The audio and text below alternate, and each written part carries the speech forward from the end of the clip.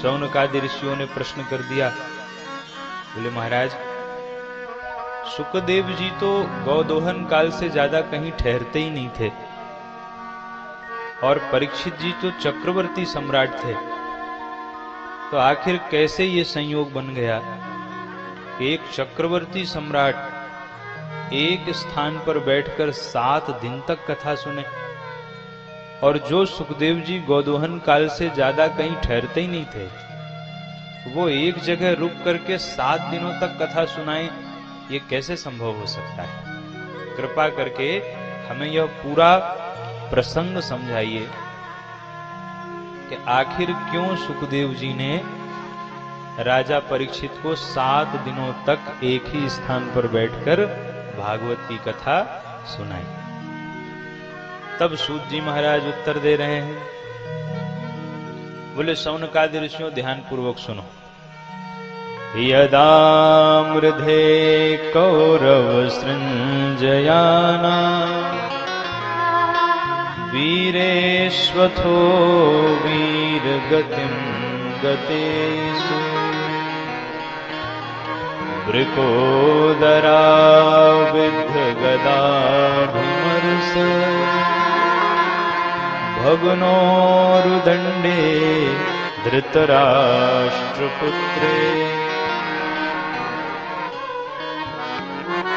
ध्यान पूर्वक सुनिए। जब महाभारत का युद्ध लगभग समाप्त होने को था, पांडव विजयी हो चुके थे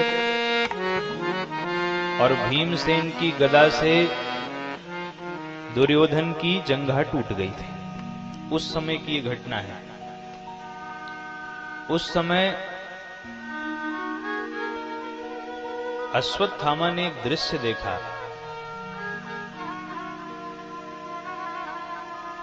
दुर्योधन युद्ध भूमि पर पड़ा हुआ कराह रहा है, चील कौवे उसको नोच रहे हैं।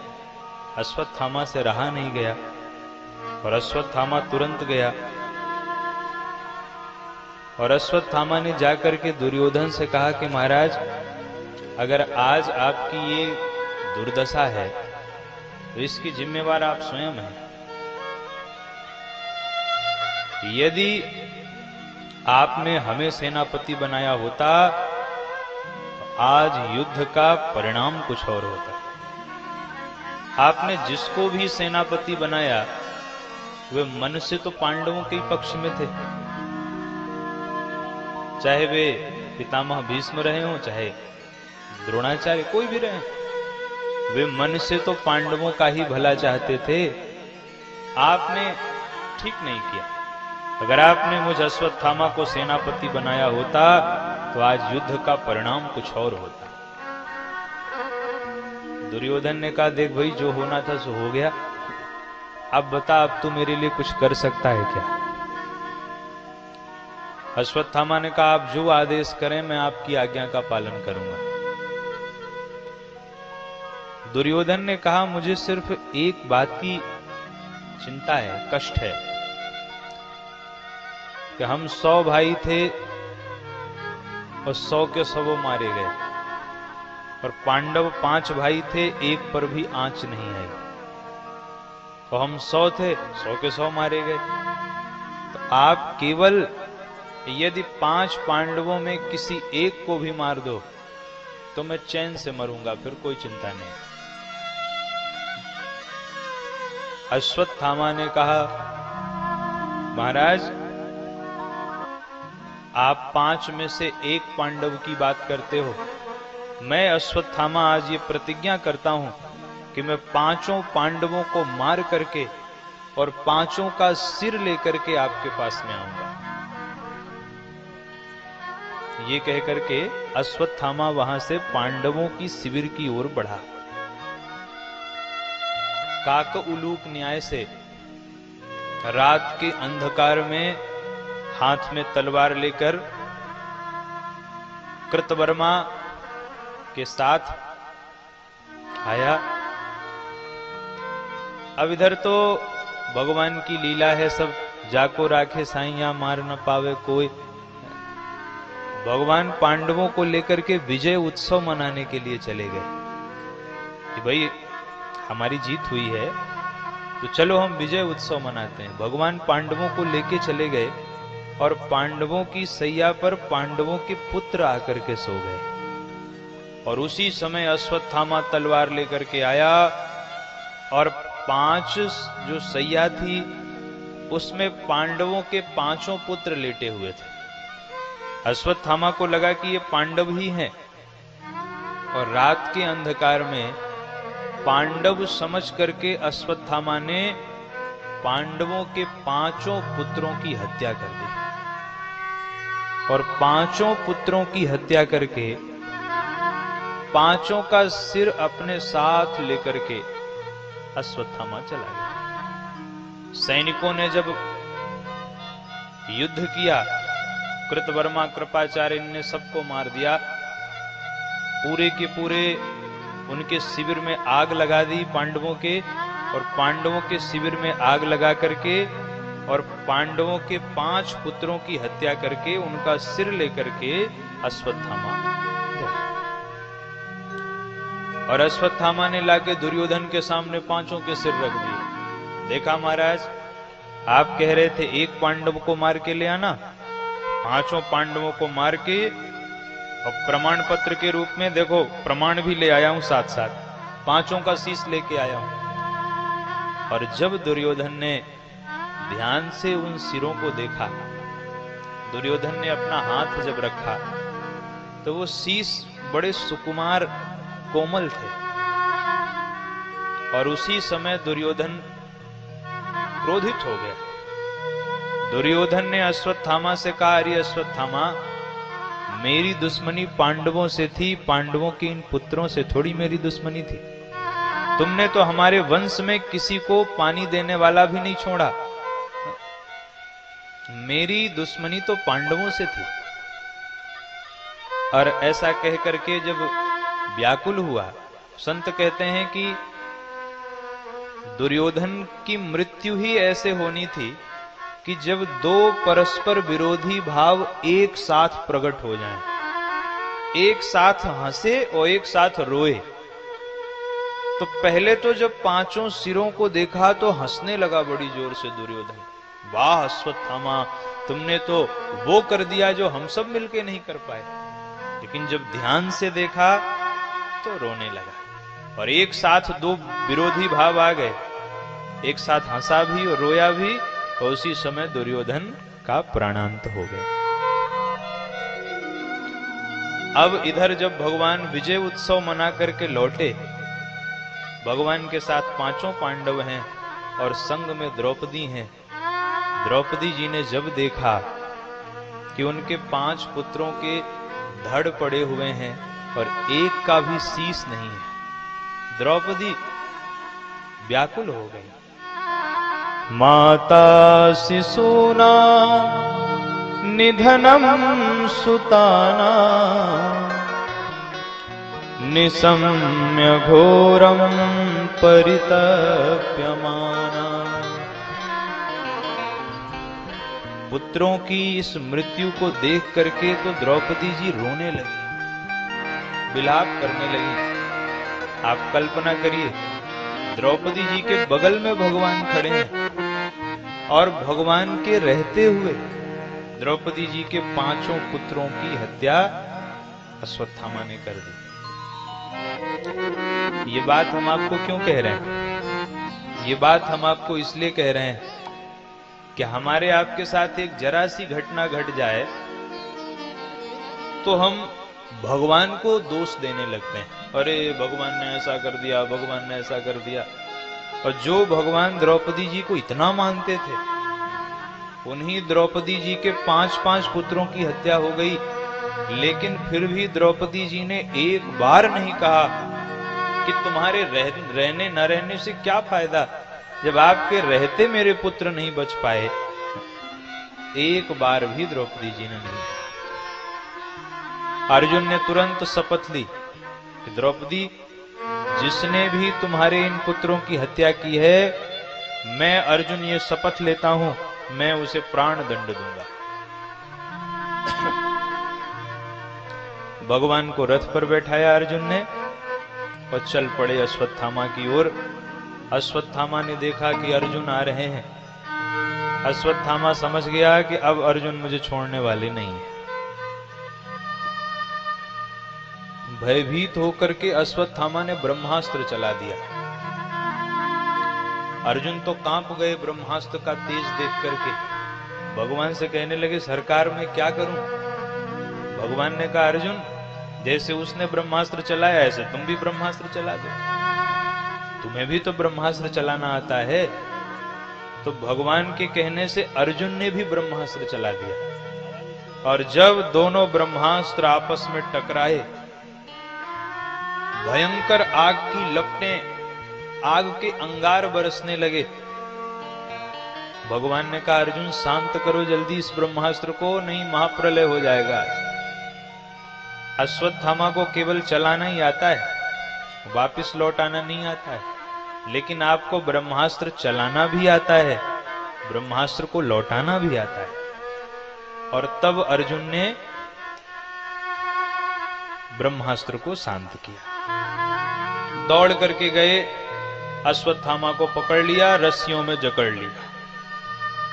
भगवान ने कहा, अर्जुन ये क्या कर रहे हो? अर्जुन ने कहा, सरकार इसको ले चलूंगा, द्रौपदी के सामने मारूंगा। भगवान ने कहा, देखो बेकार का काम मत करो, अभी के अभी मार दो। कुछ निर्णय तुरंत करने चाहिए। मत्तम प्रमत्तम उन्मत्तम सुप्तम बालम स्त्रियम जड़म। जो सोए हुए बालकों की हत्या करे ये तो महापापी है, इसको अभी मार दो। अर्जुन ने कहा, सरकार मारूंगा लेकिन द्रौपदी के सामने ले चल के मारूंगा। क्योंकि भगवान तो जानते हैं कि द्रौपदी के सामने, द्रौपदी तो दया की मूर्ति है, द्रौपदी के सामने किसी की हत्या हो ही नहीं सकती। भगवान ने कहा, अर्जुन देखो कुछ ऊपर नीचे हो तो हमें मत कहना फिर। अरे बोले कुछ नहीं होगा। रस्सियों में जकड़ लिया और जैसे ही द्रौपदी जी के सम्मुख लेकर के आए, द्रौपदी जी ने देखा कि गुरु पुत्र को आज रस्सियों में बांधा गया है। द्रौपदी दौड़ पड़ी और दौड़ करके द्रौपदी अश्वत्थामा की उन रस्सियों को खोलने लगी। मुच्यताम मुच्यताम एस ब्राह्मणो नितराम गुरु। अरे अर्जुन इन्हें छोड़ दो इन्हें, क्या धर्म कर रहे हो? ये ब्राह्मण देवता हैं, ये हमारे गुरु हैं, साक्षात गुरुदेव ही तो पुत्र के रूप में आए हैं और तुमने इनको बांध के रखा है। छोड़ो इन्हें, मुक्त करो। अर्जुन ने कहा, अरे देवी ये हत्यारा है, इसी ने तुम्हारे पुत्रों की हत्या की है। जब सुना द्रौपदी ने, हृदय तो भर आया लेकिन धर्म से च्युत नहीं। देखिए यहां अश्वत्थामा तो अपने धर्म से हट गया लेकिन द्रौपदी जी अपने धर्म से नहीं हटे। द्रौपदी जी ने कहा, देखो अर्जुन जो होना था सो हो गया, लेकिन मेरी एक बात को ध्यान से सुनो। जिन गुरु से आपको ज्ञान मिला है, आप इतने बड़े धनुर्धर हैं तो गुरु कृपा से हैं, और उन्हीं का ये पुत्र है तो ये साक्षात गुरु का स्वरूप है। तो जो हुआ सो हुआ, लेकिन ये आपके गुरु के तुल्य हैं, इसलिए आप इनको बांध नहीं सकते, आप इनको मुक्त कीजिए। और दूसरी बात, पुत्र की मृत्यु का दुख क्या होता है यह मुझे अच्छे से पता है। तो जो कष्ट मुझे मिला है, मैं नहीं चाहती कि वही कष्ट इसकी मां गौतमी को भी मिले।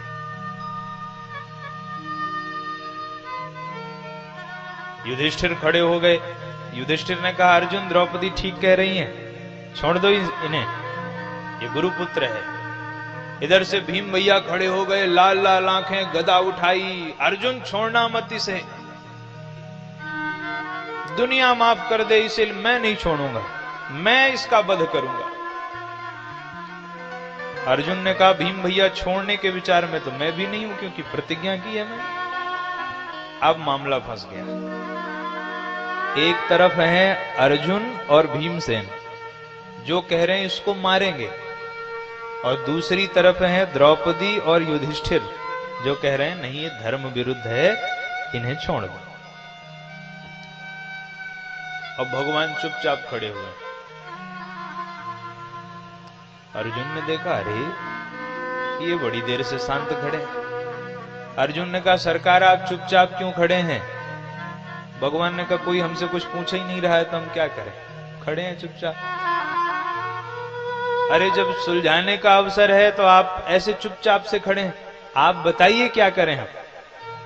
भगवान ने कहा, देखो भाई, हम तो धर्म की बात कहेंगे, जो धर्म कहता है वो हम कहेंगे। धर्म क्या कहता है? अर्जुन ने हाथ जोड़ लिया, शिष्यस्ते हम साधिमाम त्वाम प्रपन्नम। धर्म क्या कहता है? भगवान ने कहा, अर्जुन धर्म तो यही कहता है, ब्रह्म बंधुर न हंतव्य। धर्म यही कहता है कि ब्राह्मण कैसा भी हो उसकी हत्या नहीं करनी चाहिए। अर्जुन भीमसेन की ओर देखने लगे। लो, भगवान ने कहा, नहीं नहीं अर्जुन, धर्म और भी कुछ कहता है, शास्त्र और भी कुछ कहता है। अब अर्जुन देखने लगे प्रेम से, हाँ प्रभु और क्या कहता है शास्त्र? भगवान ने कहा, ब्रह्म बंधुर न हंतव्य, आतताई बधारहण। अर्जुन शास्त्र ये कहता है कि आतताई कोई ही क्यों ना हो उसको छोड़ना भी नहीं चाहिए। अब हैरान हो गए अर्जुन, कहना क्या चाहते हैं आप? भगवान ने कहा, नहीं समझे? अर्जुन ने कहा, नहीं समझे। एक और आप कह रहे हो कि ब्राह्मण की हत्या नहीं करनी चाहिए, दूसरी ओर आप कह रहे हो कि आतताई कोई भी क्यों ना हो उसे छोड़ना भी नहीं चाहिए। तो हम क्या समझें? भगवान ने कहा, तो ऐसे समझो, देखो अर्जुन, युधिष्ठिर तुम्हारे बड़े भैया हैं, तो बड़े भाई की बात मानना धर्म है। लेकिन ध्यान रखना, तुमने भी प्रतिज्ञा की है कि मैं अश्वत्थामा का वध करूंगा, और एक क्षत्रिय के लिए अपनी प्रतिज्ञा का पालन न करना मृत्यु के समान होता है। अर्जुन ने कहा, सरकार आप सुलझा रहे हैं कि और उलझा रहे हैं? हमें तो समझे में नहीं आ रहा। लेकिन देखें, अर्जुन भगवान के शिष्य हैं, और गुरु जब ज्ञान देता है तो शिष्य की परीक्षा भी लेता है समय आने पर। तो भगवान ने गीता का ज्ञान दिया है, तो आज मानो उसी ज्ञान की परीक्षा हो रही है कि अर्जुन कुछ ऐसा करो कि तुम्हारी प्रतिज्ञा भी रह जाए और युधिष्ठिर जी की आज्ञा भी रह जाए। और वो कैसे होगा? अर्जुन तुरंत समझ गए कि किसी सम्मानित व्यक्ति का अपमान कर देना ही उसके लिए करोड़ों मृत्यु से बढ़कर के है। संभावितस्य चाकीर्तिर मरणादतिरिच्यते, संभावित कह अपजस लाहु मरण को।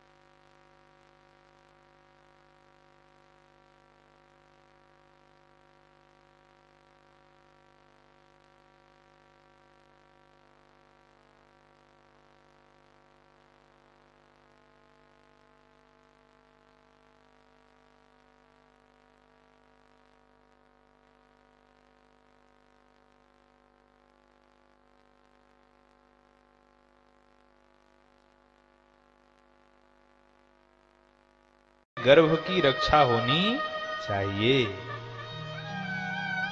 क्यों? क्योंकि मेरे गर्भ में आपका भक्त पल रहा है, और अगर आपके भक्त को कुछ हो गया तो आपकी बड़ी बदनामी होगी। संसार में लोग क्या कहेंगे आपको? कैसे भगवान हैं आप, कैसे शरणागत वत्सल हैं आप कि शरण में आए हुए भक्त को नहीं बचा पाए। मुझे अपनी चिंता नहीं है। कामम दहतु माम नाथ, मैं मर जाऊं, मुझे अपनी कोई चिंता नहीं। और मुझे चिंता इस बच्चे की भी नहीं है। मुझे चिंता है तो केवल आपका अपमान न हो, बस इसकी चिंता है।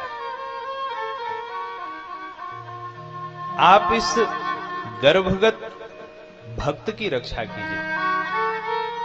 इसीलिए क्या विशेषण क्या दिया यहां पर देवी उत्तरा ने भगवान को?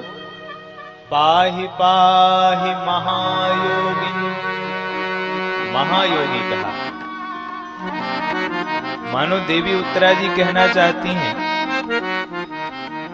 कि प्रभु जो योगी होते हैं वो पर काया प्रवेश की विधि को जानते हैं।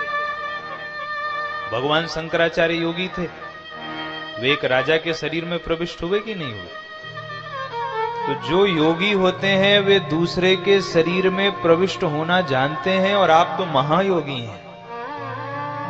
आप यदि चाहें तो मेरे शरीर में प्रविष्ट होकर के अपने भक्त की रक्षा कर सकते हैं, कि आप तो महायोगी हैं। देवी उत्तरा ने जब प्रार्थना की तो भगवान ने अंगुष्ठ मात्र का छोटा सा स्वरूप बनाया और देवी उत्तरा के गर्भ में भगवान प्रविष्ट हो गए। बोल भक्तवत्सल भगवान की जय।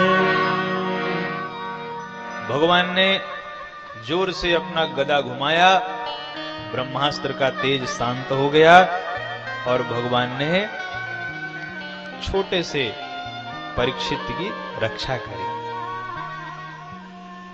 सौभाग्य देखिए भारतवर्ष की माताओं का, इनके गर्भ में भक्त भी आते हैं और भगवान भी आते हैं। भाई विदेशों में हो सकता है किसी किसी के भक्त का जन्म हो जाए, मना नहीं है। भगवान का जन्म तो केवल भारतवर्ष की माताओं के ही कोख से हो सकता है।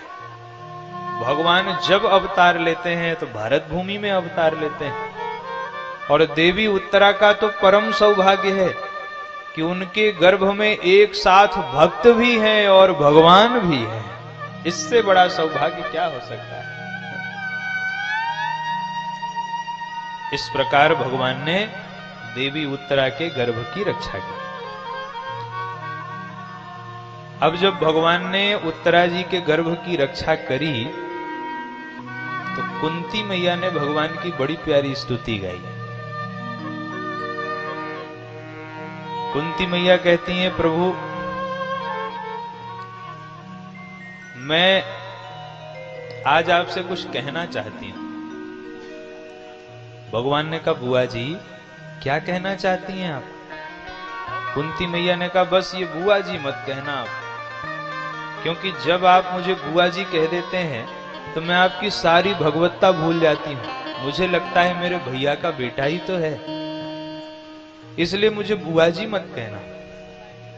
भगवान ने कहा, ठीक है नहीं कहेंगे। आप क्या कहना चाहती हैं? कुंती मैया ने कहा, मैं आज आपको प्रणाम करना चाहती हूं। ये प्रणाम मेरे भैया के बेटे को नहीं है। भगवान ने कहा, तो किसको प्रणाम करना चाहती हैं आप? कुंती मैया कहती हैं, नमस्ये पुरुषं त्वाद्यं ईश्वरं प्रकृते परम् अलक्ष्यं सर्वभूतानां अंतर्बहिरवस्थित। प्रणाम करना चाहती हूं आदि पुरुष, परम पुरुष परमात्मा को। नमस्ये पुरुषम त्वाद्यम ईश्वर प्रकृते परम, जो प्रकृति से परे परम पुरुष परमात्मा है। भगवान ने कहा, बुआ जी आज इतना प्रेम क्यों उमड़ रहा है? कुंती मैया ने कहा, प्रभु मैं सोचती हूं कि आपने कितने उपकार किए हैं मेरे ऊपर। अगर मैं आपके एक एक उपकार को गिनाऊं तो शायद सारा जीवन बीत जाएगा, पर मैं आपके उपकारों को गिना नहीं पाऊंगा। कितने उपकार किए हैं आपने। विशान महाग्ने पुरुषाद दर्शना असत सभाया वनवास कृतः। आपने जब हमारे भीमसेन को विष के लड्डू दे दिए गए, आपकी कृपा से वो विष भी अमृत बन गया। और जब भीमसेन हमारा लौटा तो 10,000 हाथियों का बल लेकर के लौटा। आपकी ही कृपा तो थी। आपने लाक्षा भवन की उस भयंकर अग्नि से हमारी रक्षा की। आपने हिडिंबासुर आदि अनेक राक्षसों से हमें बचाया। आपने महाभारत के इस युद्ध में द्रोणाचार्य, कृपाचार्य, पितामह भीष्म आदि इन सबसे हमारी रक्षा करी। भगवान ने कहा, बुआ जी उसमें हमने कुछ नहीं किया, हमने तो शस्त्र भी नहीं उठाया, वह तो तुम्हारे पुत्रों का पराक्रम था जो महाभारत का युद्ध जीत के आ गए। कुंती मैया ने कहा, प्रभु हमें मत सिखाइए, हमें सब पता है। आप भले ही अस्त्र शस्त्र उठाते हुए ना दिखो, पर सब करने कराने वाले आप ही हैं। आपके सिवा तो पत्ता भी नहीं हिल सकता। अरे हमारे इन पुत्रों में तो पितामह भीष्म के सामने खड़े होने की सामर्थ्य नहीं थी। आपका प्रभाव था जिससे इस महाभारत के युद्ध में विजय मिली। तो आपके कितने उपकार हैं। और अभी अभी जो आपने उत्तरा के गर्भ की रक्षा करी, ये तो सबके आंखों के सामने हुआ प्रभु। इसलिए आपके इतने उपकार हैं कि हम गिना नहीं सकते। और एक बात आप लोग ध्यान रखिएगा, आप सभी लोग जीवन में जब भी गिनाना भगवान को तो उनके उपकार गिनाना, बस इतने से कल्याण हो जाएगा। क्योंकि उपकार तब गिनाओगे जब उनकी कृपा की समीक्षा करोगे। भाई किसी के उपकार कब याद आते हैं? जब हम समीक्षा करते हैं, बैठ के घर में चिंतन करें भगवान की हमारे ऊपर कितनी कृपा है। और जब भगवान की कृपा का चिंतन करेंगे तो अपने आप उनके उपकारों की लाइन लग जाएगी। अरे भगवान ने ये कृपा करी, यह उपकार किया, यह उपकार किया। और भगवान के उपकारों को गिनाते गिनाते गिनाते एक दिन हमारा परम कल्याण हो जाएगा। भगवान के उपकार को याद करना चाहिए हर समय। केवल भगवान के सामने बैठ के कमियों को नहीं गिनाना चाहिए। अरे प्रभु हमारी क्या गलती थी, आपने उनका ऐसे कर दिया, हमारा ऐसे कर दिया, नहीं, भगवान के उपकार को याद करें।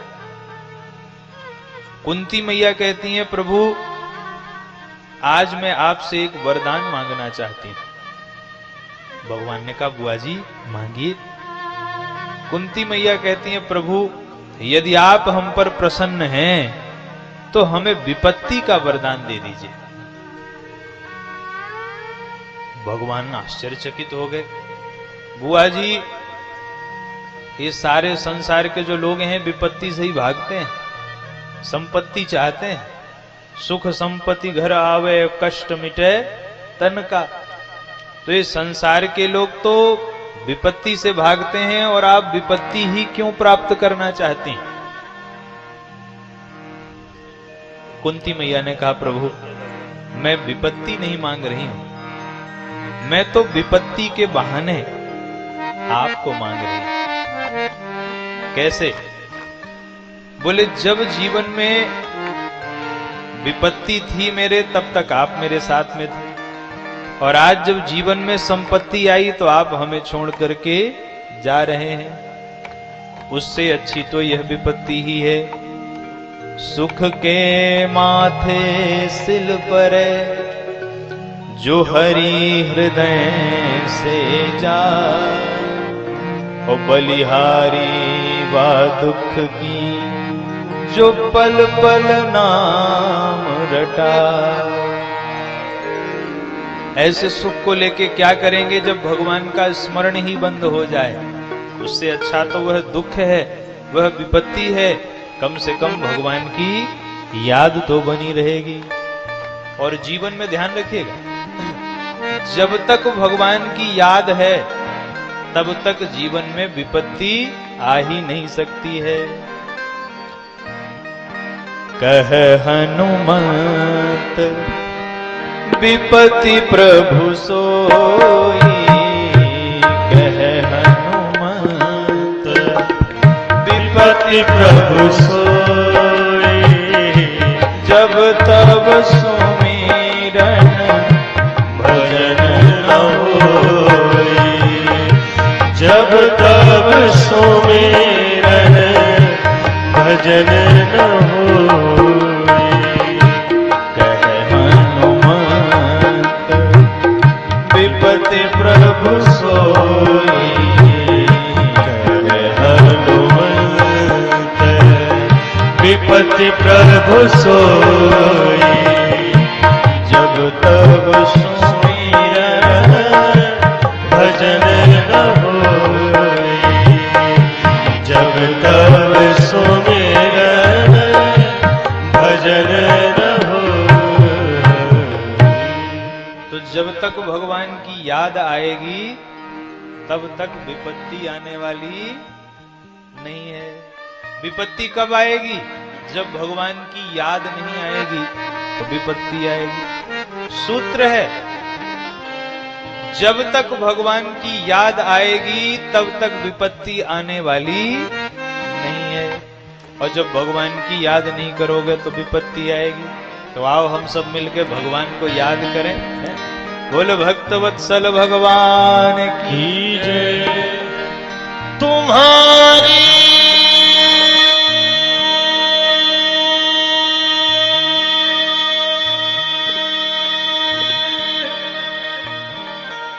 हो तुम्हारी याद आती है,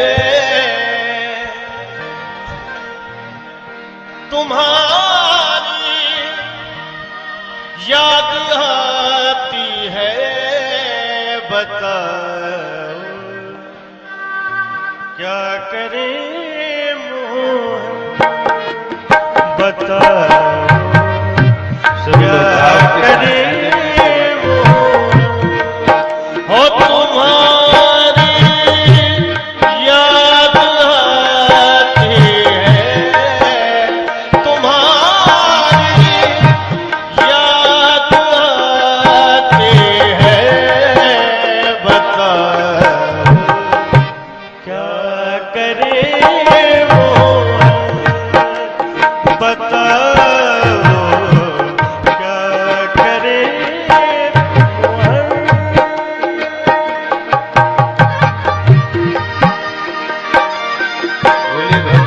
भगवान की जय हो, जय हो।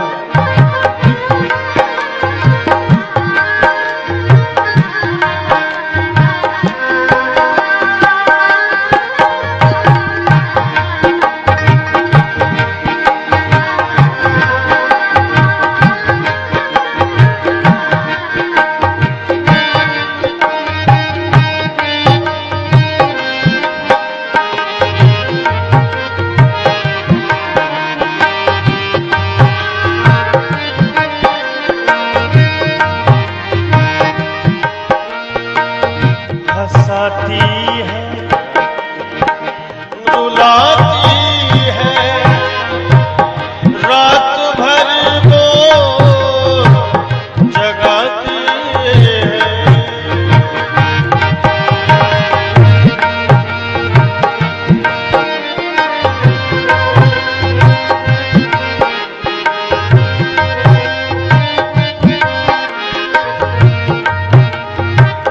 हंसाती है, रुलाती है, रात भर वो जगाती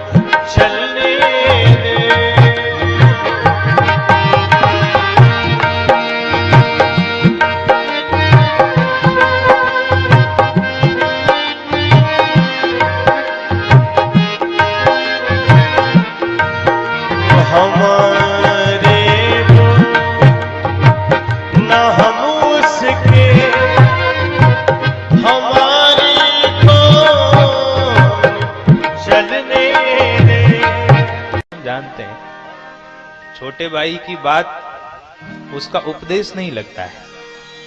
भगवान समझ गए कि मैं तो इनको समझा समझा के हार गया, लेकिन इनको बात समझ में आ नहीं रही है।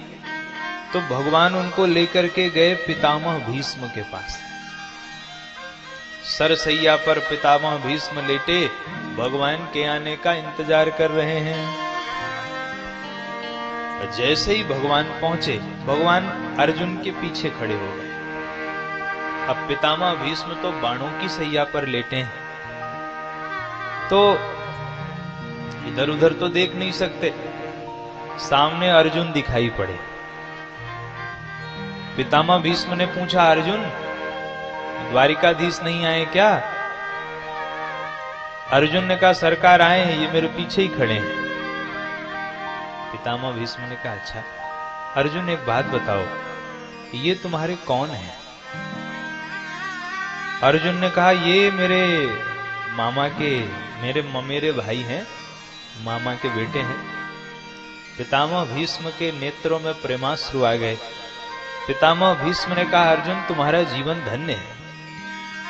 कभी तुम इनको मामा का बेटा बना लेते हो, कभी इनको सारथी बना लेते हो, कभी इनको गुरु बना करके गीता का ज्ञान ले लेते हो, कभी इनको दूत बना करके संधि प्रस्ताव के लिए भेज देते हो, और कभी कभी तो इनको साला बना करके इनकी बहन से विवाह कर लेते हो। अर्जुन, जिसका भगवान से एक संबंध बन जाए उसी का जीवन धन्य हो जाता है।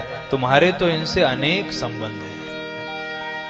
तुम्हारे सौभाग्य का तो क्या बखान करें। पितामह भीष्म ने कहा, सरकार जरा मेरे सामने तो आ जाइए, आपका ही इंतजार कर रहा हूं मैं कब से। मैंने संकल्प किया है कि जब तक आप मेरे सामने नहीं आएंगे तब तक मैं अपने प्राणों को नहीं त्यागूंगा। भगवान आ गए सामने, आ तो गए सामने, लेकिन मुखमंडल उदास है। क्यों उदास है? भगवान सोच रहे हैं कि मान लो मुझे सामने देख के इन्होंने मरने का विचार ही छोड़ दिया, तो मैं कब तक इनके सामने खड़ा रहूंगा? इनको तो इच्छा मृत्यु का वरदान है, और कहीं सामने मैं आ गया, प्रसन्न भी हूं, तो इनको लगे बस अब ऐसे ही देखते रहो, साल 2 साल 4 साल। तो भगवान थोड़े उदास हो गए। पितामह भीष्म कहते हैं, अरे सरकार प्रसन्न हो जाइए, ये उदास मुख देखने के लिए आपको नहीं बुलाया है। सदैव देवो भगवान प्रतीक्षता कलेवरम यावदिदं हिनोम्यहम् प्रसन्नः सारुणलोचनोल्लसन् मुखाम्बुजो ध्यान पथश्चतुर्भुज। सरकार प्रसन्न हो जाइए, ज्यादा देर इंतजार नहीं करवाऊंगा आपको, लेकिन प्रसन्न मुख से मेरे सामने खड़े होइए। भगवान प्रसन्न हो गए। भगवान ने युधिष्ठिर जी को इशारा किया कि इस समय इनके पास बैठो और जो जो तुम्हारे मन में प्रश्न है वो सब इनसे पूछ लो। पितामह भीष्म आके बैठे हैं। दान धर्मान, राज धर्मान, मोक्ष धर्मान, स्त्री धर्मान, भगवत धर्मान, जितनी प्रकार की बातें जो भी उनके मन में थी उन्होंने सब पितामह भीष्म से पूछा है, और पितामह भीष्म ने एक एक प्रश्न का उत्तर देकर के युधिष्ठिर जी को संतुष्ट किया। पितामह भीष्म कहते हैं भगवान से कि प्रभु अब मेरे जाने का समय हो गया है। सूर्य उत्तरायण हो गए हैं। सूर्य भी उत्तरायण है और भगवान भी उत्तरायण है। भगवान कैसे उत्तरायण है? उत्तरा के गर्भ में जाके भगवान ने परीक्षित की रक्षा की थी, इसलिए भगवान भी उत्तरायण और सूर्य भी उत्तरायण। अच्छा अवसर था। तुरंत पितामह भीष्म ने कहा, प्रभु मैं आपकी स्तुति करना चाहता हूं। मेरी इच्छा थी कि मैं आपके चरणों में पुष्प समर्पित करूं, लेकिन समस्या एक ये है कि मैं बाणों की सैया में लेटा हुआ हूं उठ तो सकता नहीं, इसलिए मैं वाणी का पुष्प आपके चरणों में समर्पित कर रहा हूं। पुष्पताग्रह छंद में वह वाणी का पुष्प ही पितामह भीष्म ने भगवान के चरणों में समर्पित किया। आइए हम लोग भी भीष्मकृत स्तुति के 1-2 श्लोकों का गायन करें। इतिमतिरूप कल्पिता वितृष्णा भगवत सात्वत पुंगवे विभूमि। इतिमतिरूप कल्पिता वितृष्णा भगवत सात्वत पुंगवे विभूमि। स्वसुखमुपगते क्वचिद् विहरतुं प्रकृतिमुपेयुषि यद्भव प्रवाह। स्वसुखमुपगते क्वचिद् विहरतुं प्रकृतिमुपेयुषि यद्भव प्रवाह। त्रिभुवन कमलं तमालवर्णं रविकर गौरवराम्बरं दधामि। त्रिभुवन कमलं तमालवर्णं रविकर गौरवराम्बरं दधामि। वपुरलितकुलाभृताननाथं विजय सखे रतिरस्तु मे महत्ता। सपदि सखी वचो निशाम्य मध्ये निज परयो भलयो रथं निवेश्य। स्थितवती पर सैनिकायु रक्षा हतवती पार्थ सखे नमस्तु। ललित गति विलास बल गुहास प्रणय निरीक्षण कल्पितोरुमाना। कृतमनुकृतवत्य उन्मदान्धा प्रकृति मगन किलयस्य गोपवत्या।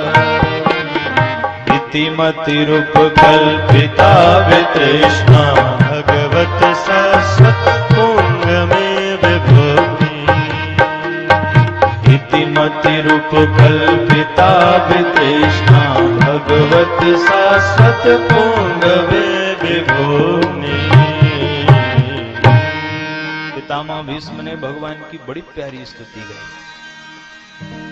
पितामह भीष्म कहते हैं, प्रभु इति मति, ये जो मेरी मति है इसमें कोई भी तृष्णा नहीं है। हमारी मति में तृष्णा होती है 3 प्रकार की, सुत, वित्त और लोक। पुत्रैष्णा, वित्तैष्णा और लोकैष्णा। पर पितामह भीष्म कह रहे हैं, प्रभु मेरी इस मति में कोई भी तृष्णा नहीं है, ये वितृष्णा है। इसलिए मैं अपनी इस मति को आपके चरणों में समर्पित कर रहा हूं। पितामह भीष्म ने इस स्तुति में ऐसी ऐसी दिव्य लीलाओं का स्मरण किया है। पितामह भीष्म कहते हैं, सरकार मुझे याद है वो दिन जब कौरव की सेना एक तरफ थी और पांडवों की सेना एक तरफ थी, और आप अर्जुन से हमारा परिचय करवा रहे थे। भगवान मुस्कुरा रहे हैं। पितामह भीष्म ने कहा, हमें पता है आप वो परिचय क्यों करवा रहे थे। आप जो ऐसे उंगली दिखाते थे, अर्जुन देखो वो द्रोणाचार्य हैं, मैं तो उसी समय समझ लेता था द्रोणाचार्य की हो गई छुट्टी। क्या अर्जुन को पता नहीं था क्या कि ये द्रोणाचार्य हैं? जब आप कहते थे कि अर्जुन देखो वो पितामह भीष्म है, तो मैंने भी हाथ जोड़ लिया, मैं भी समझ गया कि मेरी आयु पूर्ण हो गई। क्योंकि जो आप उंगली दिखा रहे थे, ये आप अर्जुन को परिचय नहीं करवा रहे थे, ये आप हम सब की आयु का हरण कर रहे थे। ऋतवती पर सैनिक आयु रक्षणा, यह बात मुझे पता थी। और मुझे वह दिन याद आता है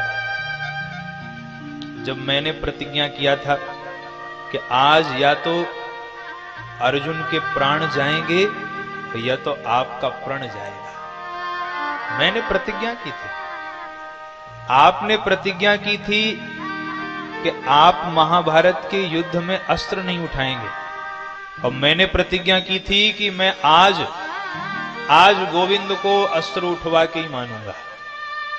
और मुझे याद है भगवान, आप जब मेरी ओर मुझे मारने के लिए रथ का चक्का लेकर के, धृत रथ चरणा, रथ के चरण माने चक्के को लेकर के जब आप मुझे मारने के लिए दौड़े थे, तो आपके मस्तक पर पसीने की बूंदें क्या सुंदर शोभायमान हो रही थी।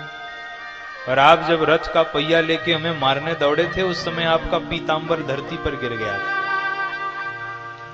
मानो जब आप हमें मारने के लिए रथ का पहिया लेके दौड़े तो पृथ्वी कांप गई कि सरकार आपके भरोसे तो मैं टिकी हूं, और अगर आप ही अपनी प्रतिज्ञा छोड़ने लगेंगे तो मेरा क्या होगा। तो जब पृथ्वी कांपने लगी थी तो आपका वह पीतांबर पृथ्वी पर गिर के पृथ्वी को समझा रहा था कि माता जी चिंता मत करिए, ये तो भगवान अपने एक भक्त के प्रण को पूर्ण करने के लिए अपने प्रण को छोड़ रहे हैं। भगवान अपनी प्रतिज्ञा इसलिए नहीं तोड़ रहे, भगवान तो इसलिए अपनी प्रतिज्ञा तोड़ रहे हैं कि उनके भक्त के प्रण की रक्षा हो सके। और जब आप मुझे मारने के लिए दौड़े थे, क्या सुंदर लग रहे थे आप। अच्छा एक बात बताइए, कोई हमें मारने के लिए दौड़े तो क्या हम उसकी सुंदरता निहारेंगे? पर पितामह भीष्म का भाव कितना दिव्य है कि इधर तो भगवान मारने के लिए रथ का चक्का लेके दौड़ रहे हैं, और पितामह भीष्म उसमें भी भगवान का सौंदर्य दर्शन कर रहे हैं। धन्य हो मेरे प्रभु। इसीलिए तो पितामह भीष्म भगवान के विरुद्ध खड़े हुए। उनको लगा अगर मैं पांडवों के पक्ष से लड़ूंगा तो भगवान के मुखमंडल का दर्शन नहीं होगा, और कौरवों के पक्ष से लड़ूंगा तो मुझे भगवान के मुखमंडल का दर्शन होगा। इसीलिए विपरीत में गए। पितामह भीष्म कहते हैं, प्रभु आपके चरणों में मैं अपनी यह मति समर्पित करता हूं, आपके चरणों में मेरी रति हो और जिससे मेरी परम गति हो जाए। पितामह भीष्म ने भगवान के चरणों में अपना प्रेम दृढ़ किया और बिना किसी प्रयास के, जैसे हाथी के गले से माला गिर जाए, हाथी को पता भी नहीं चलता, ऐसे ही पितामह भीष्म ने अपने प्राणों को त्याग दिया और साक्षात भगवान के धाम के अधिकारी बन गए। बोलो भक्त वत्सल भगवान की जय। एक क्षण के लिए तो सब शांत, एक क्षण के लिए जैसे पक्षियों का कलरव शांत हो जाता है शाम को, ऐसे ही सब शांत हो गए और फिर देवता फूलों की बरसात करने लगे। धन्य हो धन्य हो धन्य हो। ऐसी मृत्यु तो किसी किसी को मिलती है। हम सब की भगवान से यही तो कामना है कि देहांत काले तुम सामने हो, मुरली बजाते मन को लुभाते। देहांत काले तुम सामने हो, मुरली बजाते मन को लुभाते। देहांत काले तुम सामने हो, मुरली बजाते मन को लुभाते। देहांत काले तुम सामने हो, मुरली बजाते को लुभाते। यही गीत गाते मैं तन नाथ त्यागो, यही गीत गाते मैं तन नाथ त्यागो। हे नाथ नारायण वासुदेव, हे नाथ नारायण वासुदेव। श्री कृष्ण गोविंद हरे मुरारी, हे नाथ नारायण वासुदेव।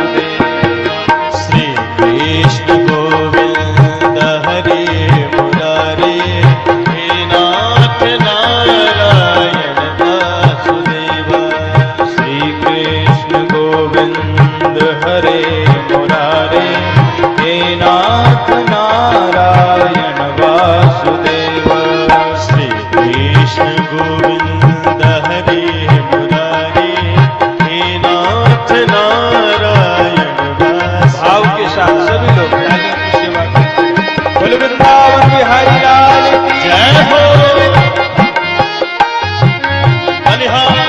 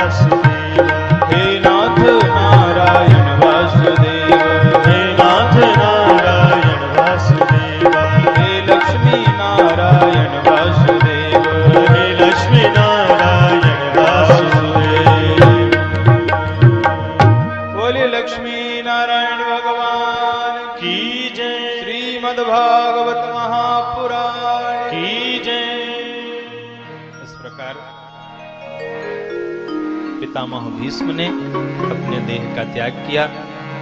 भगवान द्वारिका आए। भगवान प्रायः हस्तिनापुर से द्वारिका, द्वारिका से हस्तिनापुरी आते रहते थे। एक बार भगवान आए और अपने साथ अर्जुन को लेके गए। अर्जुन को गए हुए कई महीने बीत गए। तब युधिष्ठिर को चिंता हुई। युधिष्ठिर ने भीमसेन से कहा कि भीम भैया, अर्जुन को गए हुए इतना समय बीत गया, अर्जुन आए नहीं। मुझे तो बड़े अपशगुन से होते हैं। क्या कारण है कि अभी तक इतने महीने बीतने के बाद भी अर्जुन नहीं आए? और इतने में युधिष्ठिर जी की दृष्टि पड़ी। अर्जुन गिरते पड़ते लड़खड़ाते चले आ रहे हैं। दौड़ करके गए युधिष्ठिर जी, अर्जुन को उठाया, उनको संभाला और कहा, अर्जुन क्या हुआ? क्या तुम शरणागत की रक्षा करने में असफल रहे? क्या तुमने किसी अगम्या स्त्री से गमन कर लिया? क्या ब्राह्मणों को और बच्चों को बिना भोजन कराए तुमने भोजन कर लिया? क्या हुआ? तब अर्जुन ने रोते हुए कहा कि भैया, हम ठगे गए। हमको भाई के रूप में आकर के द्वारिकाधीश ने ठग लिया है। मैं समझता था कि मैं बड़ा शक्तिशाली हूं, मैं बहुत बड़ा धनुर्धर हूं, पर आज जब भगवान परम धाम को चले गए तो भगवान के परम धाम जाने के बाद कोल भीलों ने मुझे लूट लिया। वही अर्जुन, वही धनुष बाण, लेकिन कोल भीलों ने मुझे लूट लिया। वंचितो हम महाराज हरिणा बंधुरूपिणा। भाई के रूप में आकर के हमें तो लगा कि ये भाई हैं हमारे, वे तो साक्षात भगवान थे। कुंती मैया ने जब सुना कि भगवान परम धाम को चले गए हैं तो कुंती मैया ने तुरंत भगवान के ध्यान में बैठ गईं और भगवान के ध्यान में बैठ के कुंती मैया ने अपने देह का त्याग कर दिया। पांडवों ने परीक्षित जी को राजा बनाया और परीक्षित जी को राजा बना करके पांडवों ने स्वर्गारोहण किया। सभी पांडव पैदल ही द्रौपदी जी के संग में लेके पैदल ही उत्तराखंड की यात्रा पर निकल गए। ऊपर पहाड़ों पर जाइए तो आज भी भीमशिला के दर्शन होते हैं। तो जब ये पांडव सरस्वती नदी को पार कर रहे थे तभी उन्होंने वो भीमशिला वहां से उठा के दूसरी ओर रखी थी। तो सब पैदल ही चल रहे हैं। और ये जो प्रकरण है पांडवों का स्वर्गारोहण, यह कथा सुनने से परम फल की प्राप्ति होती है। शर्त ये रखी गई कि जो जहां गिर जाएगा उसे कोई उठाएगा नहीं। पांचों पांडव और द्रौपदी जी चल रहे हैं पहाड़ की यात्रा। सबसे पहले द्रौपदी जी का पतन हुआ। द्रौपदी जी जब गिर गईं, पांडव उनकी ओर देखने लगे। युधिष्ठिर जी ने कहा नहीं, शर्त तो शर्त है, जो जहां गिरेगा उसे वहीं छोड़ दिया जाएगा। द्रौपदी जी ने कहा पर मैं सशरीर स्वर्ग क्यों नहीं जा सकती? बोले आपने कोई पाप नहीं किए हैं, बस अर्जुन के प्रति आपका विशेष लगाव होने के कारण आप सशरीर स्वर्ग जाने की अधिकारिणी नहीं है। पांडव और आगे बढ़ते हैं तो नकुल गिर जाते हैं।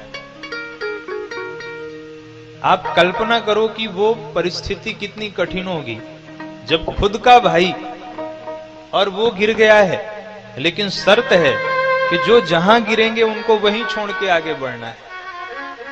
नकुल गिरे हैं। नकुल ने पूछा भैया हमारी क्या गलती है? युधिष्ठिर जी कहते हैं आपको अपने रूप का अभिमान था। कुछ दूर चलने पे सहदेव जी गिर गए। युधिष्ठिर जी ने कहा आपका पतन इसलिए हुआ कि आपको अपने ज्ञान का अभिमान था। और आगे जब बढ़े स्वर्गारोहण करते हुए तो अर्जुन गिर पड़े। अर्जुन को भी उसी अवस्था में छोड़कर जब युधिष्ठिर जी आगे जाने लगे तो अर्जुन ने कहा भैया मुझसे क्या गलती हुई?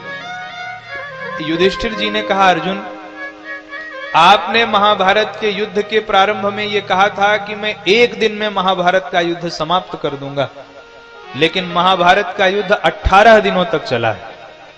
तो असत्य भाषण करने के कारण आप भी सशरीर स्वर्ग जाने के अधिकारी नहीं हैं। आपको अपने बल का अभिमान है, इसलिए आप सशरीर स्वर्ग नहीं जा सकते। अर्जुन का पतन हो गया। और आगे जब बढ़े तो भीमसेन का पतन हुआ।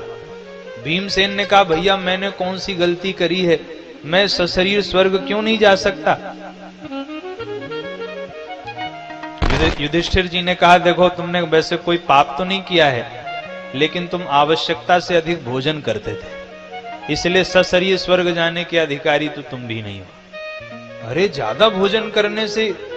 बोले देखें जब कोई व्यक्ति ज्यादा भोजन करता है तो वो दूसरे का हिस्सा भी खा लेता है, और जब वह उपवास करता है तो एक दिन वह अन्न नहीं खाता तो वह अन्न किसी और के पेट में जाता है। अन्न तो साक्षात भगवान का स्वरूप है। तो उपवास करने पर जिस दिन हम व्रत रहते हैं, जिस दिन उपवास करते हैं, उस दिन हमारे हिस्से का जो अन्न है वह किसी और के पेट में जाता है, इसलिए उपवास करना चाहिए, पुण्य बढ़ते हैं इससे। और भीम भैया तुमने तो बस साल में एक ही व्रत किया था, भीमसेनी एकादशी होती है ना, तो कहा तुमने बस एक व्रत किया था, बाकी तो खूब खाते थे, इसलिए तुम भी सशरीर स्वर्ग जाने के अधिकारी नहीं हो। अब अकेले युधिष्ठिर जी स्वर्ग की ओर चल रहे हैं और उसी समय धर्मराज कुत्ते का वेश बना करके युधिष्ठिर के पीछे पीछे चलने लगे। और बिल्कुल जब नजदीक पहुंचे, देवराज इंद्र अपना विमान लेकर के आए, देवराज इंद्र ने कहा युधिष्ठिर जी से, महाराज आप इस विमान पर बैठिए, आप सशरीर स्वर्ग जाने के अधिकारी हैं। युधिष्ठिर जी ने कहा, मैं इसी शर्त पर बैठूंगा कि इस कुत्ते को भी तुम्हें अपने विमान पर बैठाना पड़ेगा। देवराज इंद्र ने कहा, महाराज स्वर्ग कुत्तों के लिए नहीं है, आप सिर्फ अधिकारी हैं स्वर्ग के। युधिष्ठिर जी ने कहा, नहीं, ये मेरे साथ चल करके आया है और मेरे आश्रित होकर के मेरे पीछे पीछे आया है। अगर मैं इसे छोड़ के चला जाऊंगा तो यहां इसका कोई नहीं है, इसलिए मैं उसी शर्त पे स्वर्ग चलूंगा कि ये कुत्ता भी मेरे साथ स्वर्ग जाएगा। और उसी समय धर्मराज प्रकट हो जाते हैं, युधिष्ठिर जी के धर्म की प्रशंसा करते हैं और देवराज इंद्र के साथ युधिष्ठिर जी सशरीर स्वर्ग की ओर प्रस्थान करते हैं। बोल वृंदावन बिहारी लाल की जय, भक्तवत्सल भगवान की जय। इस प्रकार पांडवों का स्वर्गारोहण हुआ। इधर परीक्षित जी जब राजा बने तो परीक्षित जी ने दिग्विजय किया और दिग्विजय करके परीक्षित जी ने सब राजाओं को जीत लिया, धर्मानुकूल शासन करने लगे। एक दिन परीक्षित जी दिग्विजय के लिए निकले जा रहे थे, उन्होंने उनकी दृष्टि पड़ी कि एक काला कलूटा सा एक पुरुष जो हाथ में एक लौह दंड लेकर के एक गाय को और बैल को बुरी तरह से मार रहा है। गाय तो बेचारी दुबली पतली हो गई है और बैल को इतना मारा है कि बैल के 3 पैर टूट गए हैं, एक पैर पर ही वह चल रहा है। यह दृश्य देखते ही महाराज परीक्षित की आंखों में क्रोधाग्नि भड़कने लगी। दौड़ करके गए, निकाल ली तलवार।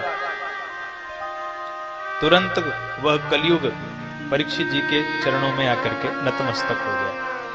परीक्षित जी ने बैल से पूछा, कौन है आप और ये दुष्ट पुरुष आपको क्यों दंड दे रहा है? बैल ने उत्तर दिया, महाराज कौन किसे दंड देता है, सब अपने अपने किए हुए कर्मों का ही तो फल भोगते हैं। बैल ने किसी की निंदा नहीं की। क्यों निंदा नहीं की? क्योंकि जब हम किसी की निंदा करते हैं तो उसके पाप के भागी बन जाते हैं। इसलिए जीवन में हमें किसी के पाप की कथा नहीं कहनी चाहिए, किसी के बुरे कर्म की चर्चा नहीं करनी चाहिए, क्योंकि जैसे ही हम किसी के बुरे कर्मों की चर्चा करते हैं वह पाप हमें भी लगता है। इसलिए बैल ने किसी की निंदा नहीं की और तुरंत परीक्षित जी समझ गए कि महाराज आपने किसी की निंदा नहीं की है, आप साक्षात धर्मावतार हैं। मैं जान गया आप साक्षात धर्म हैं और ये धरणी है पृथ्वी। अब ये धर्म और धरणी के बीच में धूर्त कहां से आ गया? कौन हो तुम? पूछा। उन्होंने उत्तर दिया, महाराज मेरा नाम कलयुग है। कलयुग हो तो ठीक है, मेरे राज्य में क्या कर रहे हो? बोले सरकार सब सर्वत्र आप ही का तो राज्य है, जाऊं तो कहां जाऊं? आप चक्रवर्ती सम्राट हैं, आप मुझे कुछ स्थान दे दीजिए, मैं उन कुछ स्थानों में ही रहूंगा।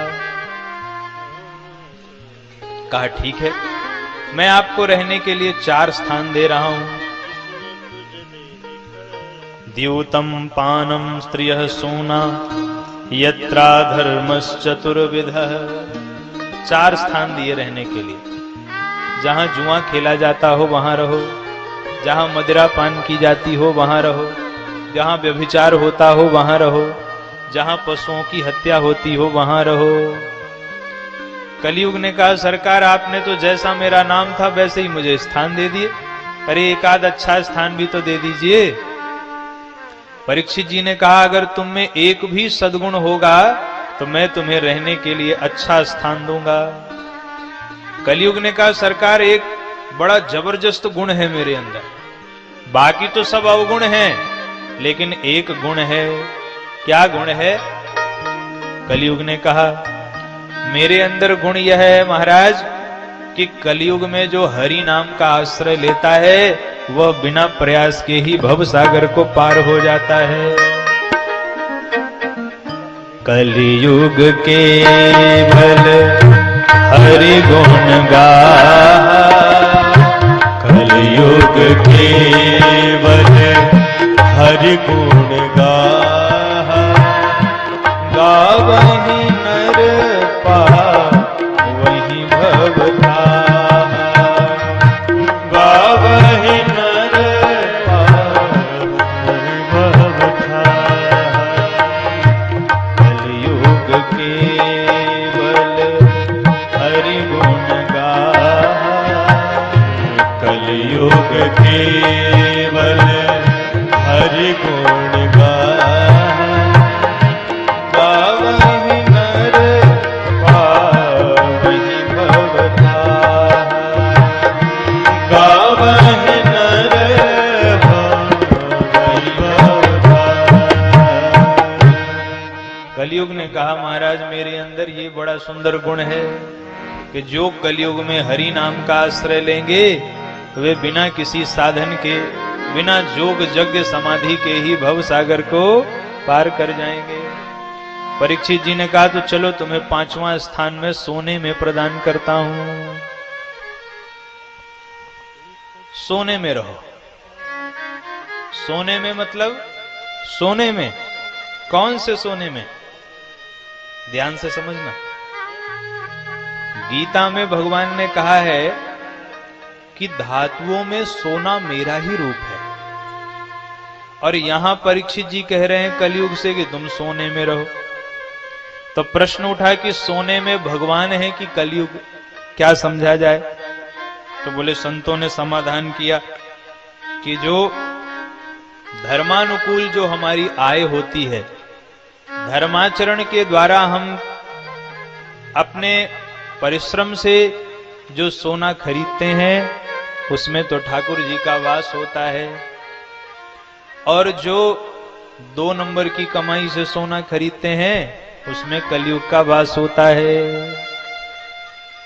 अब कलयुग में तो थोड़ा निश्चय करना भी कठिन है, इसीलिए गोस्वामी तुलसीदास जी ने एक उपाय बता दिया।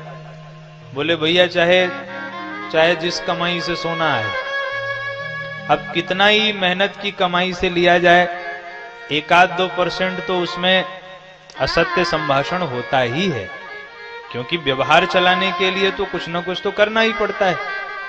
तो बोले आप एक उपाय करें, जब भी सोना घर में आए तो सबसे पहले उस सोने को ठाकुर जी को समर्पण कर दिया जाए, और जैसे ही उस सोने को हम भगवान को समर्पित करेंगे वैसे ही वह सोना अब प्रसाद में परिणित हो जाएगा, और प्रसाद को धारण करने में कोई समस्या नहीं है। तुम्हें निवेदित भोजन करही, प्रभु प्रसाद पट भूषण धरही।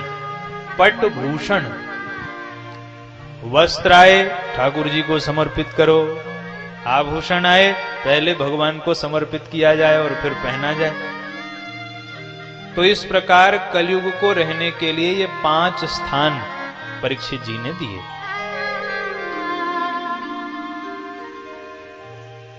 अब एक दिन परीक्षित जी के मन में आया कि देखें मेरे बाप दादाओं ने कुछ हमारे लिए रखा है कि नहीं। संदूक खोली पुरानी वाली, और संदूक खोली, उसमें एक मुकुट मिल गई। जब भीमसेन ने जरासंध का वध किया था तो वह जरासंध की मुकुट को भी अपने साथ में ले आए थे, और जैसे ही उस मुकुट को धारण किया परीक्षित जी ने, तो अधर्म से कमाया हुआ धन, सोना था तो लेकिन न्यायोचित नहीं था, क्योंकि जरासंध के पुत्रों ने वह मुकुट मांगा था, भीम भैया ने दिया नहीं। पर जैसे ही मुकुट धारण किया वैसे ही कलयुग आकर के सिर पर सवार हो गया। कलयुग सिर पर सवार हुआ तो शिकार करने के लिए गए।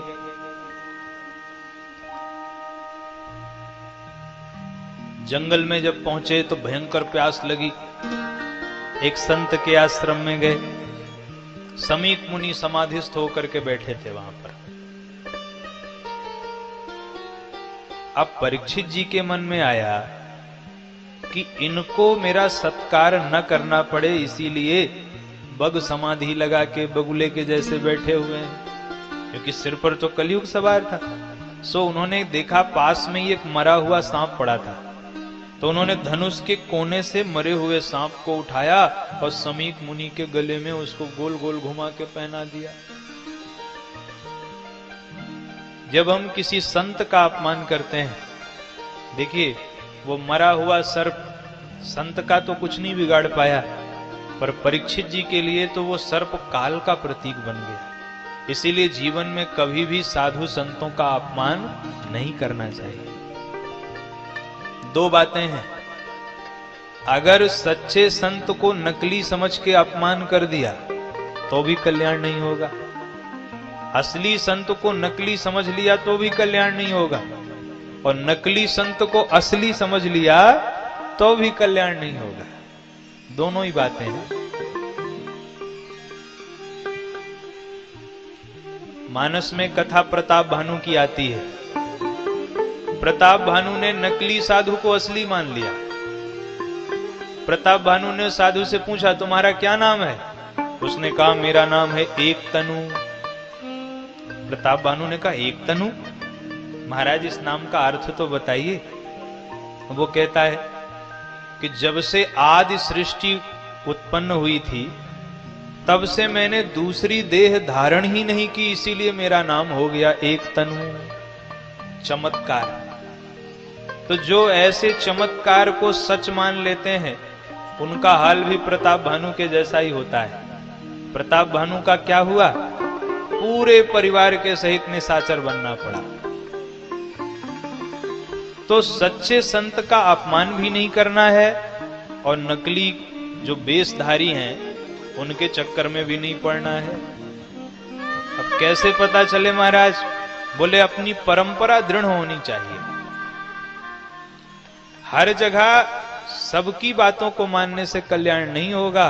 आप जिस परंपरा के हैं उसी परंपरा का पालन करते हुए, हम लोग रामानंदी वैष्णव हैं, तो रामानंदी वैष्णव हैं, षडक्षर मंत्र का जप करें, राम जी हमारे इष्ट हैं, उन्हीं की पूजा करें, उन्हीं का ध्यान करें, तब कल्याण होगा। हर एक मार्ग का अनुसरण नहीं करना चाहिए। कोई भी आया, कैंप लगाया और पहुंच गए। अरे पता तो करो कि वो जिनके कैंप में आप जा रहे हो वो हमारे भगवान को मानते भी हैं कि नहीं। हिंदुओं को गुमराह करना बहुत आसान है। आप किसी के यहां भी जाओ तो आप ये देखो कि वो आपके रामकृष्ण को मानता है कि नहीं। वो आपको भगवान राम की पूजा करने की सलाह दे रहा है कि नहीं। अगर दे रहा है तो स्वागत है, और नहीं दे रहा है तो अपने राम जय सिया राम, क्या जरूरत है। भ्रमित नहीं होना है, अपनी ही परंपरा में रह करके अपनी ही परंपरा का निर्वहन करना है। तो परीक्षित जी ने मरा हुआ सांप गले में लपेट दिया। एक शिष्य देख रहा था, उस शिष्य ने जाकर के समीक मुनि के पुत्र को, श्रृंगी को सारी बात बता दी। बोले महाराज, भैया वो परीक्षित जी महाराज आए थे और उन्होंने तुम्हारे पिता के गले में मरा हुआ सांप लपेट दिया। जैसे ही ब्राह्मण बालक ने सुना तो ब्राह्मण बालक को क्रोध आ गया और क्रोध में आकर के नदी से जल लेकर उठा करके और श्रृंगी ने श्राप दे दिया कि महाराज आपके कुल में तो सब ब्राह्मणों की सेवा करने वाले हुए, संतों की सेवा करने वाले हुए, और आप ब्राह्मणों का अपमान, संतों का अपमान करते हैं। मैं आपको श्राप देता हूं कि आज के 7वें दिन तक्षक नाग आपको डसेगा और आपकी मृत्यु हो जाएगी। क्रोध में आकर के श्राप दे दिया। और जब बालक लौट करके आया, उसने अपने पिता को सारी बात बताई। तो समीक मुनि ने बहुत डांटा कि बेटा, परीक्षित जैसे धर्मात्मा राजा को तुमने क्या श्राप दे दिया। अरे ठीक है, उनसे एक गलती हो गई, लेकिन एक गलती की ये सजा तो नहीं कि उनको 7वें दिन तक्षक नाग काटेगा। गलत किया तुमने। अब इस पृथ्वी पर परीक्षित जैसे धर्मात्मा राजा का जन्म नहीं होगा। एक गौरमुख नाम के शिष्य को भेजा और कहा जाके परीक्षित जी को जानकारी दो कि उनको श्राप मिल गया है। और इधर परीक्षित जी घर पर आए, मुकुट को जैसे ही उतारा तो परीक्षित जी भी सोचने लगे, हे भगवान, आज मुझसे संत का अपराध कैसे हो गया? आज आखिर मैंने कौन सी गलती करी? जीवन भर तो मैंने साधु संतों की सेवा करी, आज क्या अपराध हुआ कि मुझसे साधु का अपमान हो गया? और इतने में वह गौरमुख नाम का शिष्य आया, उसने सारी बात आकर के बताई।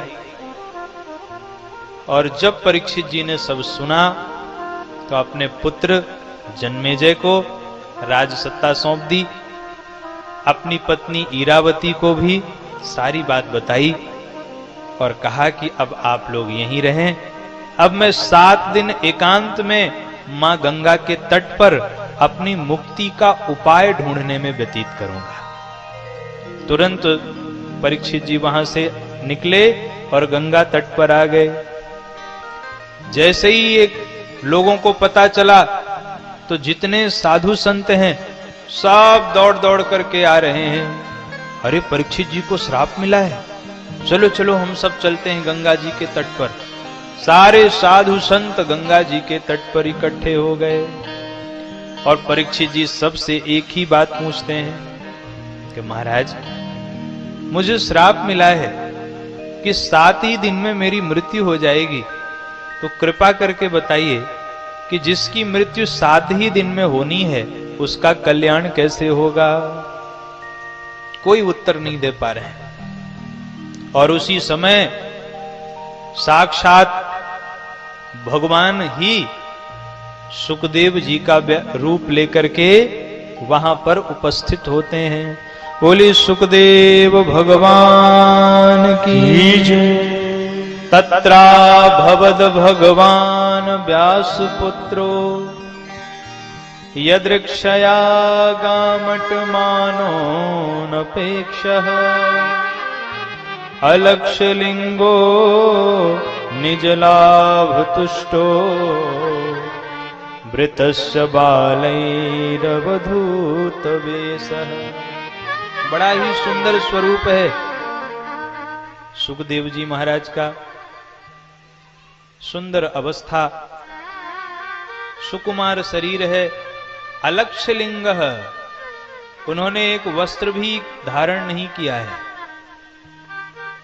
अवधूत का वेश बनाए हुए भगवान सुखदेव वहां पर उपस्थित हो जाते हैं। इतना सुंदर सौंदर्य है भगवान सुखदेव का कि स्त्रियां और बालक पीछे पीछे सब आ रहे हैं। और जैसे ही सुखदेव जी का आगमन हुआ, जितने महात्मा बैठे थे सब खड़े हो गए। सुखदेव जी को देखते ही सारे महात्मा खड़े हो गए महाराज। देखिए, जब प्रभाव हो इतना ज्यादा तो बिना खड़े हुए रहा ही नहीं जाता है। सब खड़े हो गए सुखदेव जी को देख करके। परीक्षित जी ने स्वागत किया, सुंदर आसन दिया और भाव रूप में संत जन ऐसा भी भाव देते हैं, जगत गुरु भगवान तो भाव देते हैं कि यहां जब भगवान सुखदेव जी का आगमन हुआ तो सुखदेव जी का पूजन करने के लिए, व्यास पूजन करने के लिए स्वयं भगवती राधा वहां आई और भगवती राधा ने आकर के सुखदेव जी महाराज का पूजन किया। बोल भक्त वत्सल भगवान की जय।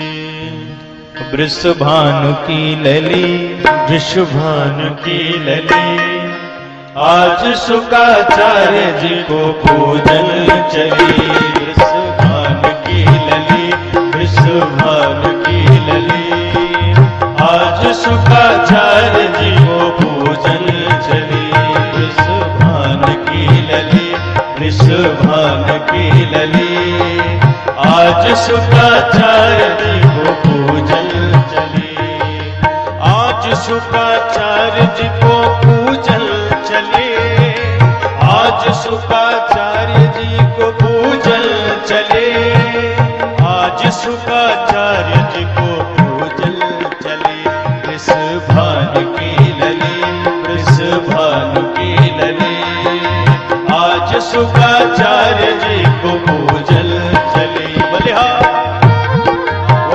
सुखदेव भगवान की जय हो, जय हो। सेवकाओं की सेवा करते हैं।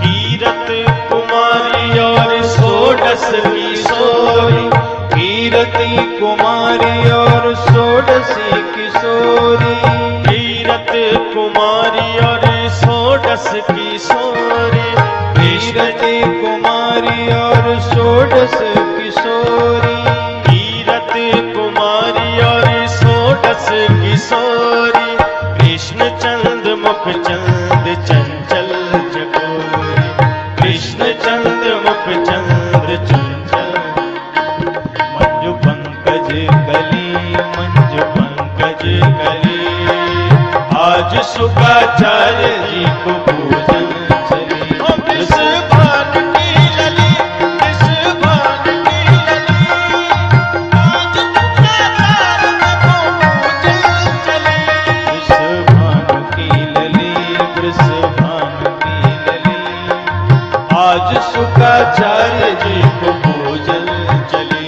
भाव के साथ बोले वृंदावन बिहारी लाल की जय हो।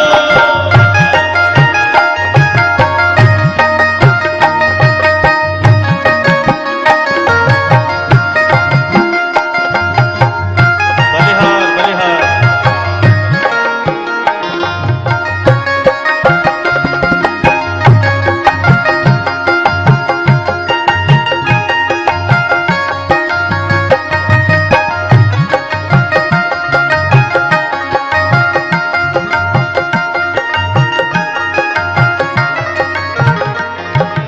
हाथ में विराज रही पूजा की थारी, हाथ में विराज रही पूजा की थारी, तुम्हें विराज रही पूजा की थारी, हाथ में विराज रही पूजा की थारी, नयनों में छलक रही प्रेम रस प्याली, नयनों में छलक रही प्रेम रस प्याली, साथ सोहे अली, ओ साथ सोहे अली, आज शुकाचार्य जी को पूजन चले। ओ वृषभान की लली, वृषभान की लली, आज शुकाचार्य जी को पूजन चली। वृषभान की लली, वृषभान की लली, आज शुकाचार्य जी को पूजन चली। श्री राधे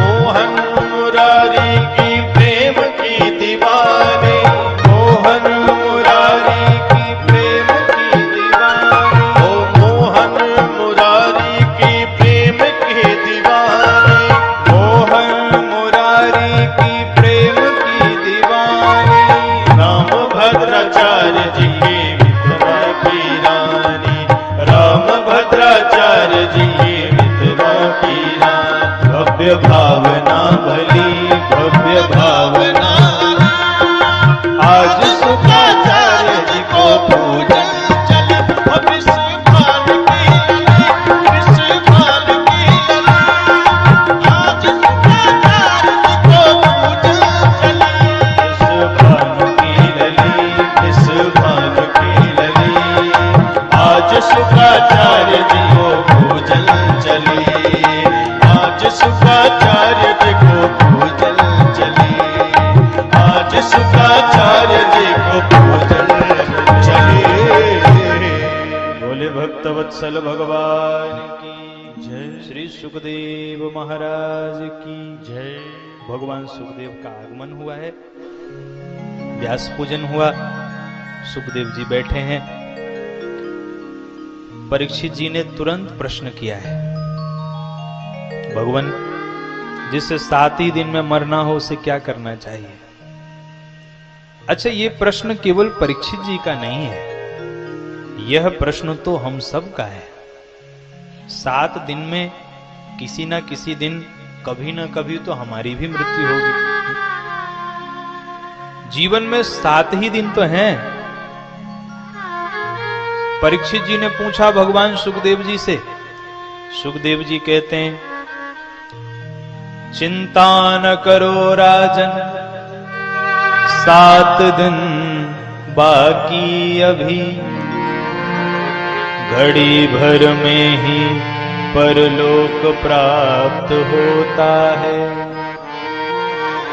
खट्वांग से राजा का कल्याण 2 घड़ी में हुआ, तेरा तो शरीर अभी 7 दिन तक रहता है। हरि राजन चिंता न करें। देखिए, कल्याण कब होगा? जब सहजता आएगी जीवन में, और जीवन में जब तक सहजता ना आए कल्याण कैसे होगा? भाई किसी डॉक्टर के पास जाओ और अगर डॉक्टर ये कह दे, अरे चिंता मत करो, कोई बात नहीं है, छोटी सी बीमारी है, ठीक हो जाएगी, तो आधी बीमारी तो सुनते ही दूर हो जाती है। और छोटी सी बात हो और डॉक्टर डरा दे, भाई कुछ कह नहीं सकते। तो बीमारी तो आधी ही होती है पर कष्ट 2 गुना हो जाता है। अच्छा डॉक्टर कौन है? जो रोगी को भय मुक्त करे। तो भगवान सुखदेव जी ने पहले ही भय मुक्त किया कि चिंता न करो, अरे कल्याण तो 2 घड़ी में हो जाएगा, अभी तो पूरा का पूरा 7 दिन बचा हुआ है। बैठाया और भगवान सुखदेव जी ने बोलना प्रारंभ किया। द्वितीय स्कंद में प्रवेश करते हैं।